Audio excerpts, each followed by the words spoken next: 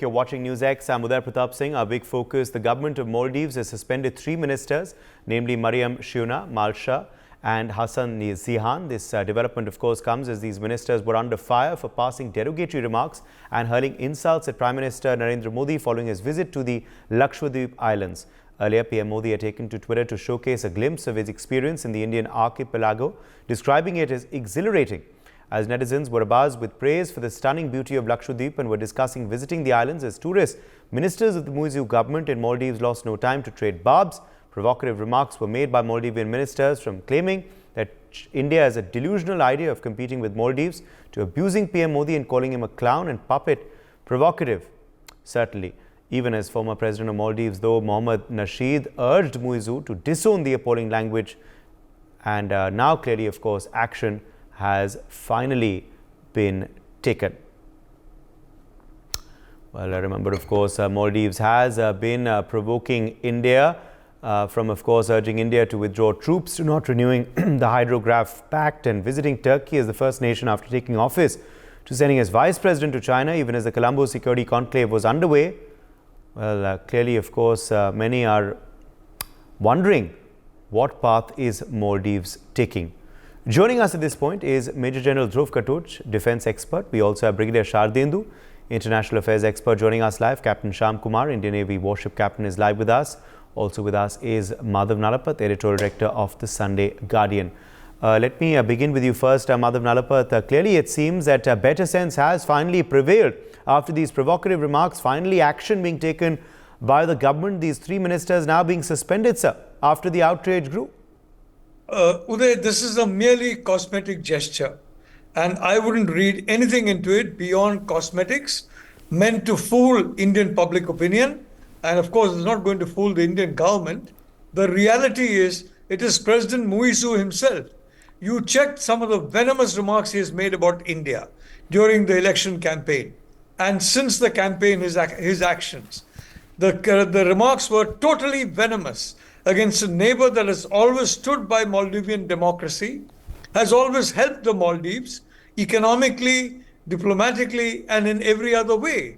So I'm sorry to say that President Muizzu himself, if you check back into his string of remarks about India, you're going to find very similar kind of remarks that these 3 junior ministers made. Suspension. What does suspension mean?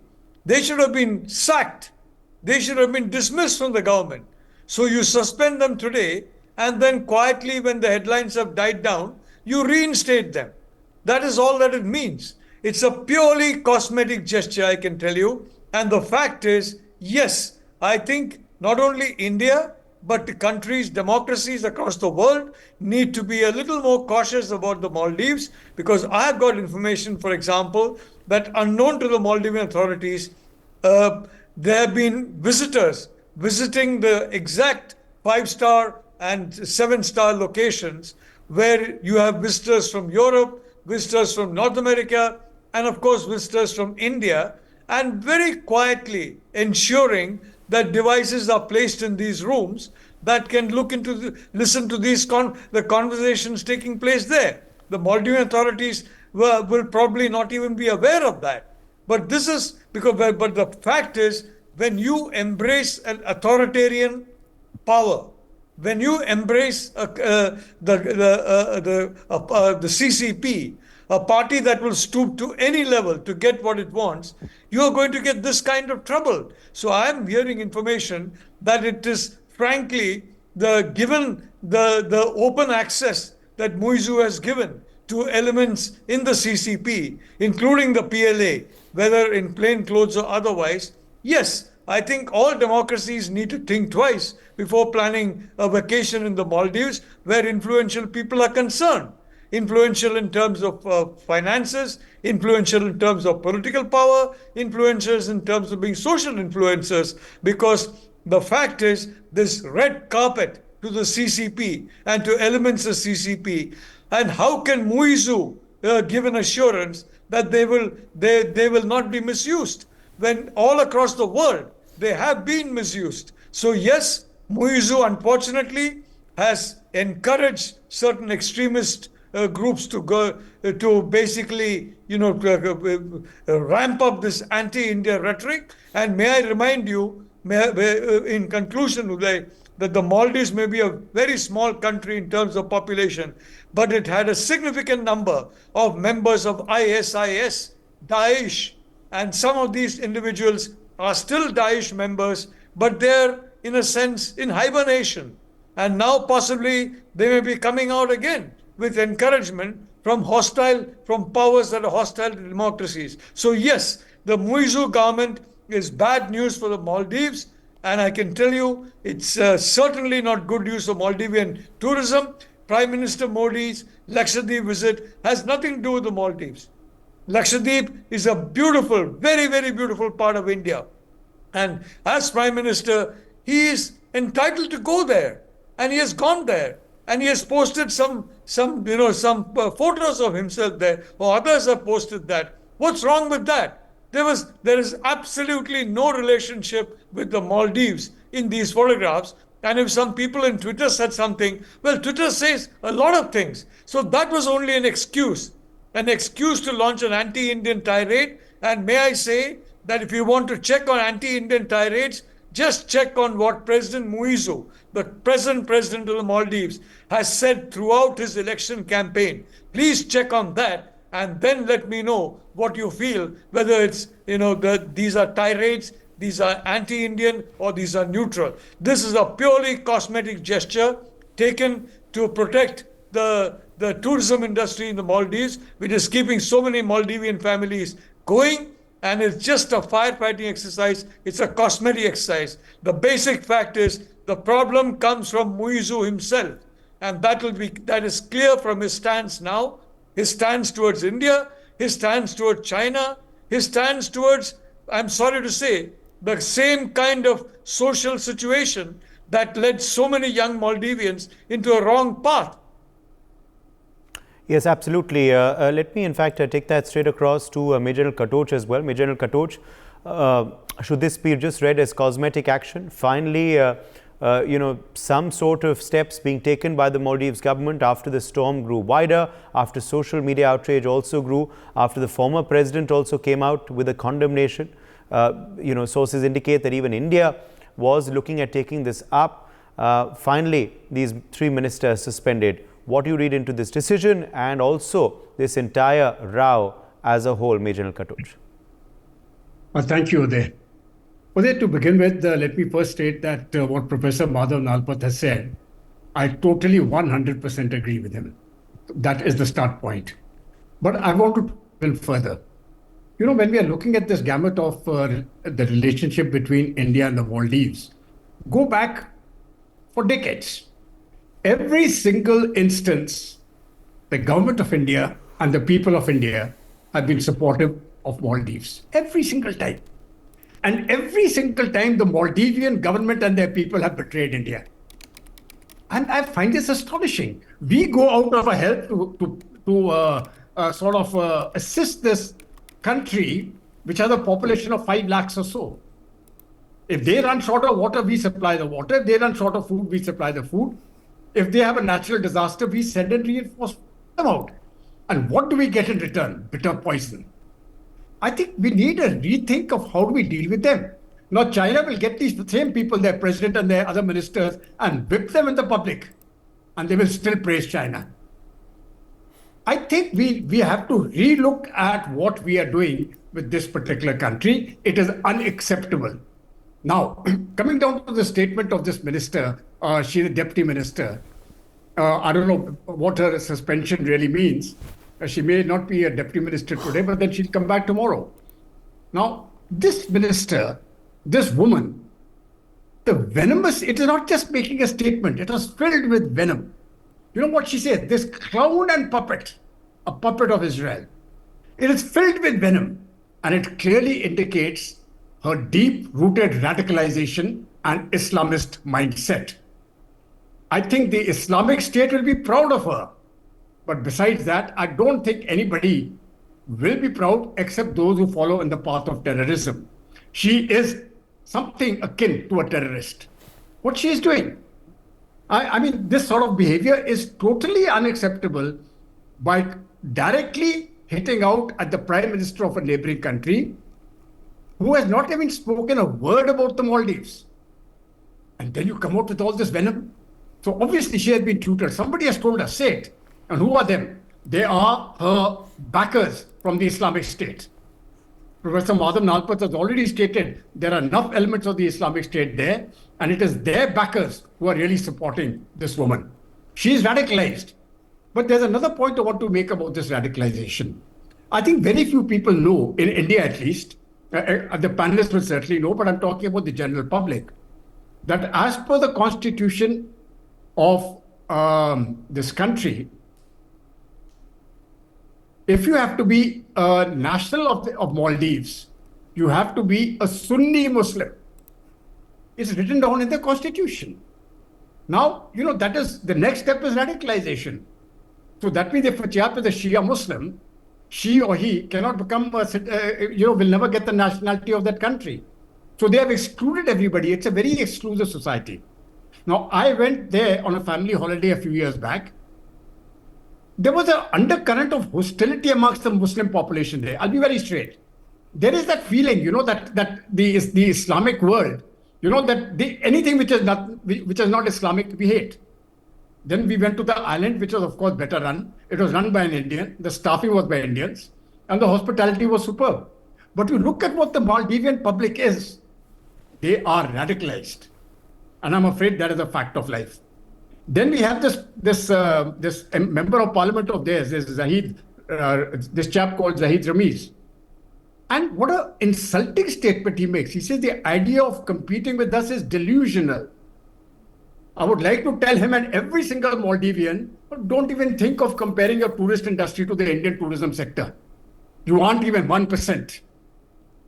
We'll teach you everything from ABC right down to Z. And they make such derogatory statements.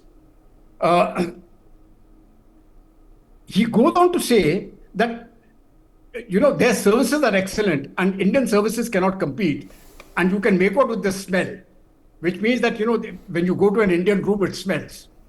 Please go to the houses in Malé. Every single house stinks. These statements are absolutely uncalled for. Now, the last point I want to bring about before the other panelists take over, I think the time has come to be very firm with countries who are not supportive of us. I'm not saying we break relationships, but at the same time, I don't think India needs to go overboard to help these people. Our facility, we have got those islands, and once we build up those islands to take on tourists, I think Maldives, nobody would want to go to Maldives. It is a radicalized country. Soon terrorism will spread there. Their industry as it is going to go down. So I hope this is a lesson to all Indians. Don't spend your money on a country which hates you, because they will use your money to train those terrorists who will come back to India to kill us. The messaging has to be very, very clear. Maldives, whether it is the present president or the former president who may be apologetic today, no. This sort of attitude will not work. And the present president, the entire election rhetoric was based on anti-India. What has India done to you? Except to support you, to feed you, to give you water, and to help you when you are in natural disasters. And this is what we get in repayment. Thank you. No way. I think we should not get involved with this country anymore. We should put them in their place. And once they're in the place and they need help, China is not going to come to them to give help. And there's nobody else around except India. And we should tell them, no. Unless you start dealing firmly with them the way China deals very firmly with them, I don't think it's going to work. Uday. Okay, let me in fact quickly also bring in Brigadier Shardendu. Brigadier Shardendu, is this a new law? Of course, ever since this new government has taken over, there have been various steps taken, from of course the Vice President going to China, to of course conferences being attended by this government which were critical of India, to also of course the Get Out India campaign, the refusal to sign and renew a very crucial act of cooperation between the two countries. So there have been many moves which have obviously irked India. But do you believe this is a new law? These comments, these remarks, these statements? Let me tell you one thing. This kind of thing which has surfaced, it was shimmering for quite some time in Maldives. It is not a new thing. We should have sensed this thing long time back from the time of election, not only from the time of election, earlier also, this kind of shimmering was always there in Maldives. We have to, first of all, as a nation, I feel, as a citizen of the nation, I feel very perturbed and hurt. And the same is the feeling of all Indians, because this kind of a statement, if somebody makes for the Prime Minister of India, everybody's sentiments get hurt. As far as India is concerned, our defense policy and foreign policy is such that we speak in one language. We do not contradict each other. But the point is that once this kind of shimmering was there, India has to see that these neighbors cannot be changed. How effectively we can pursue our interests, we have to carry them along. We have to re-look in our policy once again. We have to see why similar kind of thing was happening, why Nepal was going against India, why Bangladesh is also drifting towards China, why Sri Lanka, Hambantota has gone to China, why Maldives is also saying what is not warranted and taking a pretext of Prime Minister visit to Lakshadweep, and then they are commenting like this. So this kind of encirclement which is taking place by a certain vested interest, not vested by a country like China, like Pakistan. So we should be fully aware of it. And then if we are providing the world leadership and we believe in the Vishwa Mitra concept, we have to relook our policy of the neighbors, how effectively we all the time keep under the surveillance and keep reminding them our services, our help, our contact and interest with them. We have to relook at it. Otherwise, this kind of sentiments are coming up. And as far as various religions are concerned, we should not come to the religious point of view. We have to, Maldives has to be taken in our fold. Our maritime interest lies there. Our security issues lie with us. Our security forces are operating there. Therefore, Maldives, what they have done is condemnable. There's nothing. But are we very happy to come out of that? Can we leave Maldives out of our fold? No, we have to take them along. We have, and their president has condemned it. Their 3 ministers have been suspended, but that is not enough. Maldives president was generally, when elected, used to come India first. But this gentleman goes to Turkey first, and now he is going to China for the visit. So influence of Pakistan and China is going those countries which are not developed, those people who are not well aware, well educated. The only religious sentiment plays. So how we can counter that? Because neighbors we cannot change. And similar kind of thing is happening. Some time back, Nepal, there was a problem. They were drifting away to China. Then there was a problem with Bangladesh. So we are aware of the reality. If we are in a present position, lead the world, we are able to say many things to the world major power. We have to carry all these smaller countries also along. We should remind them of our action of cactus in 1988, when their president was threatened, when the Maldivian rebels were there. That time our para brigade, within 9 hours, they were at the Malé and they rescued. And that is how their rebellions were thrown, and some of them were killed.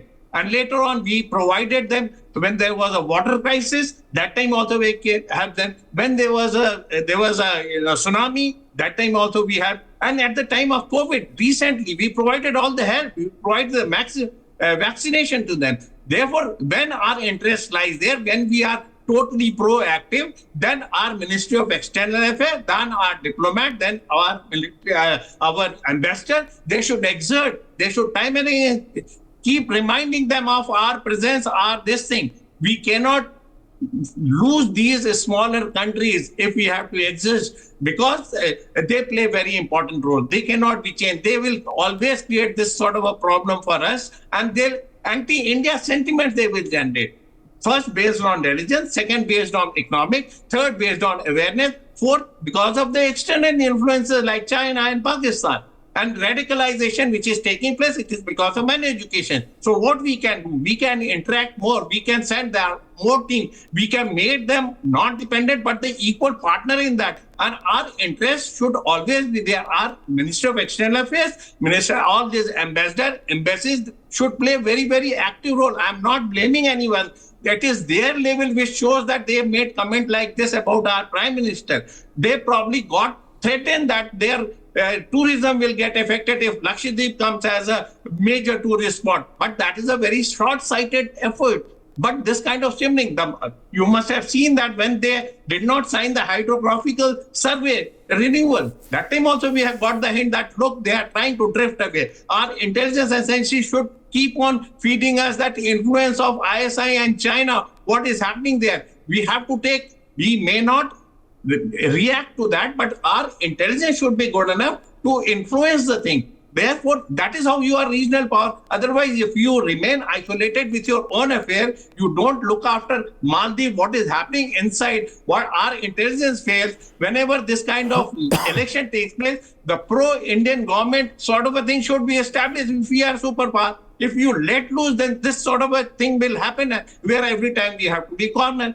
Why Pakistan has said when a lot of tourists, they have cancelled the tickets, when booking were cancelled, then ISI, then Pakistan says that we will fill up the gap, we will go as a tourist.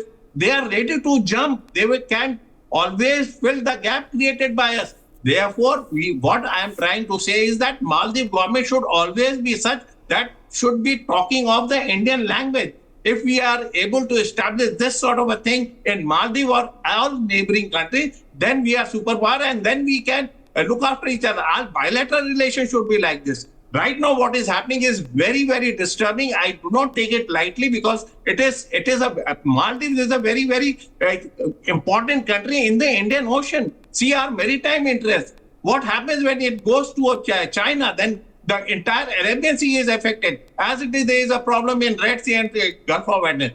Therefore, we have to look into it and severely we deal it. We apply some sort of a pressure by whatever means, by directly or by influence of the group of people to Maldives to desist this kind of a statement. They cannot make this kind of a statement about India and about the Indian Prime Minister. Sentiment gets hurt, our business get affected, our commercial interests get affected, our assistance will get affected to the Maldives. And ultimately, who is going to suffer? Maldives is going to suffer. And our one of the good friends will lose away unnecessarily. Therefore, it is to be isolated incident, and President of Maldives have reacted. Now he has to be pressurized so that he remains under our influence. Uday. Okay. Do you believe that pressure is obviously Captain Sham Kumar led the suspension of these three, of these three leaders after these disparaging remarks, after obviously the row spiraled far wider and broader than perhaps Maldives would have expected it to do. And what is the road ahead now looking like, looking at these recent controversies for India and Maldives? In the international diplomacy, such things must not happen. And I firstly condemn the remarks of these ministers who are junior ministers, maybe immature, not enough experience to speak about the democratically elected government of India and its political leader, and a very, very, very important personality of the world today, that is our Prime Minister. So therefore, I think it is their immaturity. And I would like to say that Indian Prime Minister has a visionary approach. The safety or security, India first, neighbors first policy in the literal liaison with these Indian Oceanic countries that we have. As a big brother, we are big brother and we are doing our job. Prime Minister's way to visit, he has selected Lakshadweep to visit itself is a great message. He has gone for a pleasure trip, but of course it has a worldwide message and people have reacted. So wherever it has hit people, they have reacted. And since they have reacted, we condemn it because the reaction was derogatory and completely wrong. Having said that, I will leave it to it here. I would like to say one line which I keep quoting. One night, from the railway station to your house, if you have to walk by foot and you meet all the dogs and you keep pelting stone at each of them, you will not reach home. So these are the remarks which we should just condemn. And of course, they will definitely have to be looked at in right way. Their government has done it. Suspension, maybe it is a gimmick or maybe it is just a time, but it will definitely have implications later. Let's forget about it now. So what has happened is Lakshadweep. It's close to my heart. As warship captain of an Indian naval ship, there is always one or two military presence of military ships in this area. 89-degree channel, Minicoy, 160 kilometers away from the Maldives Islands, which has a very important place. Prime Minister has not mentioned about the pristine beauty and beaches of Minicoy, which is much better than the Agati and Bangaram, which he has said. So the Lakshadweep, each and every beach, each and every place, I've landed by helicopter, by boat, by ship, by foot. I have done that. We do a logistic support duties for Lakshadweep. The Agati administration is completely supported from Southern Naval Command, Kochi, and a warship travels every few days to carry out a proper job. Even if the boats can't go, there are corals around it. We cannot go near. There are no anchor. There are no berthing facilities. But we go by a boat. We unload all the even fuel, logistic support, food, commodity. We do it, and the islands are fully supported by Indian Navy. Our aircrafts at Agati Island regularly land. Night operations we carry out. Helicopters will land there, and of course the tuna fish, the industries, the people, the island, the pristine beauty, beaches. All this has been mentioned enough. I think the message has gone very clear. Let this new government do what they want. But the previous government of Maldives was very, very supportive to India. Last September, before the elections, the foreign minister had come to India and had said that India first. We have done enough. Operation Cactus, 1988 is an example, which was mentioned by Brigadier Sardendu. So we have saved them. And this could be just a plight for few years, maybe some time. You see, Gan International Airport of Maldives. We are making Greater Malay infrastructure facility roadways. It's a very high project that we are into. We are making houses for them. We are making naval bases for them. We are making basketball court. We are making street lights. We are making schools for them. We are winning heart of the Maldives. We got to do it. We have to continue. We lost a project earlier. We cannot lose it again. We must continue all our projects. 50% of the Maldives populations are going to be affected by this connecting of island from the Malay, which is almost 6 and 7 kilometers long, which is going to really influence the economy of Maldives and connect the entire Maldives together. Dornier aircraft from the Indian Navy, the ALH helicopter from Coast Guard. I was Director Coast Guard of Air Operations, where we used to send these troops and come back. I am aware of the Chief of Defence Force gives order for every sortie, and it has to be further amplified by the Coast Guard forces of Maldives to carry out recce operations, but we are doing it for last so many years. And we are also keeping a vigil around the islands by our aerial elements, our ships, and other requirements. So Maldives cannot avoid us. This is a temporary phenomenon. I just overlook it. As a big brother, I just overlook it, and I don't even bother for their comments. Our troops are there, our air engineers, our pilots, our crew are there. They are operating day to day. Helicopter support, ambulance, medical evacuation, search and rescue, disaster management, you name a thing, our aircraft is being regularly utilized by Maldivian forces. How can they just ignore it? Let the housing project of China continue to build up their 1,000 houses. Let the China CCP come and stay there and let them do what they want. Okay. But our role will continue. So therefore, I don't have any problems. Okay. I do condemn, but I... Okay, we've run out of time. I'm going to have to leave it at that. My thanks to all of our guests for joining us. For more such videos, subscribe to the NewsX YouTube channel, hit the bell icon.